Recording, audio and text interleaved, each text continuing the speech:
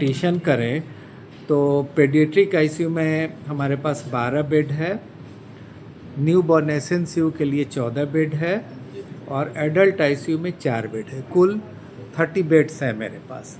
30 beds के लिए हमारे पास एडल्ट आईसीयू में 4 वेंटिलेटर उपलब्ध हैं, जिसमें से कि 2 अभी काम कर रहा है, 2 में कुछ टेक्निकल खराबियां आ चुकी हैं, तो उसको बनाने के लिए यहाँ से लिख दिया गया है और वे बोले हैं कि बनाएंगे। हालांकि एक वेंटिलेटर के बारे में 24 मिनट। हाँ, श्री अनिकेत जी ने आईसीयू में वेंटिलेटर के बारे में हमसे पहले भी चर्चा किया है इन्होंने, और उस पे मैंने कहा था कि हाँ मैं उस पे ध्यान देता हूँ।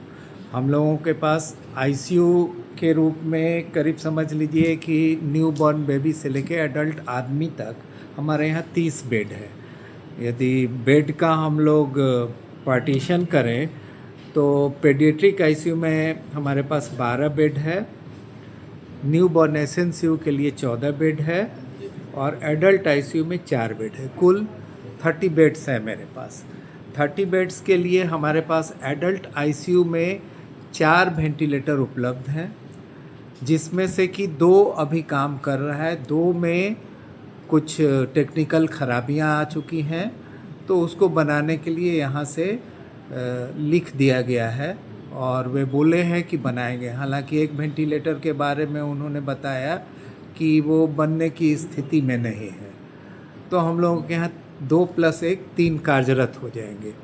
पीक्यू में हम लोग का जो 5 वेंटिलेटर है उसमें से 3 काम कर रहा है और 2 के लिए बनाने के लिए बोला गया है। आशा है कि वो भी बन जाएगा। और मेन का हो ही गया।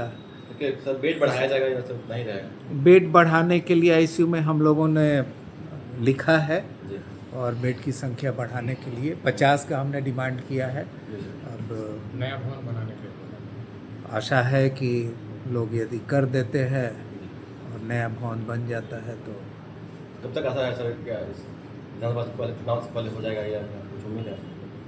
अब ये तो सरकार का नीतिगत फैसला रहता है, इसमें मैं कुछ भी निश्चित रूप से बताने में असमर्थ हूँ, लेकिन हम लोग आशान्वित हैं कि हो जाएगा।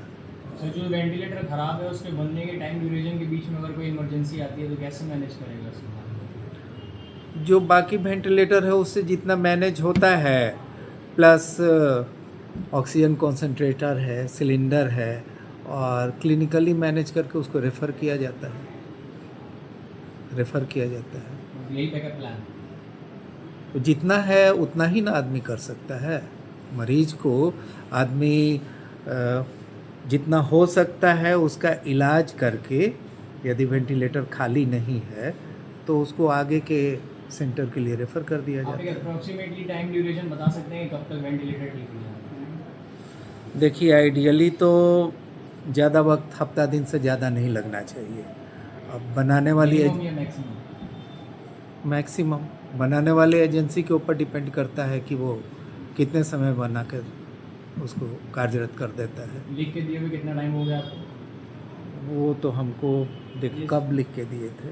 वो सर 20 दिन पहले दिया गया तो आगे बना दिया था, क्योंकि उस चीज़ को बनाने के बाद उसका जो इस्तेमाल है वो निरंतर होते रहता है, लगभग वो 24 तो घंटे अस्पताल है तो वो तो होते ही इसीलिए रहेगा। थोड़ा सा उसका जो है ना वो संचालन में थोड़ा सा बाधा उत्पन्न हो जाती है। तो मुझे जब निरंतर उसका दोबारा उपयोग होता ही रहता है जी, तो आपको जी। स्टॉक में या बैकअप में भी तो एक्स्ट्रा कुछ रखना चाहिए ना। बैकअप है हमारे पास ना, ऑक्सीजन कंसनट्रेटर है वो बैकअप प्लान है बस, जी। एग्जैक्ट वेंटिलेटर नहीं है। वेंटिलेटर तो है ना, वेंटिलेटर 4 में से हमारे पास 2 अभी रनिंग स्थिति में, तीसरा जो एक है वो उसमें कुछ टेक्निकली फॉल्ट आया है, और हमारे पास एक एजेंसी है किर्लोस्कर कंपनी, उस किर्लोस्कर कंपनी आके हमेशा बनाते रहती है, तो वो बोला है कि हम 2 से 3 दिन में एक बना देंगे, और एक जो है वो बहुत पहले का है जो भी बनने की स्थिति में नहीं है, उसको 5-6 बार बनाया जा चुका है।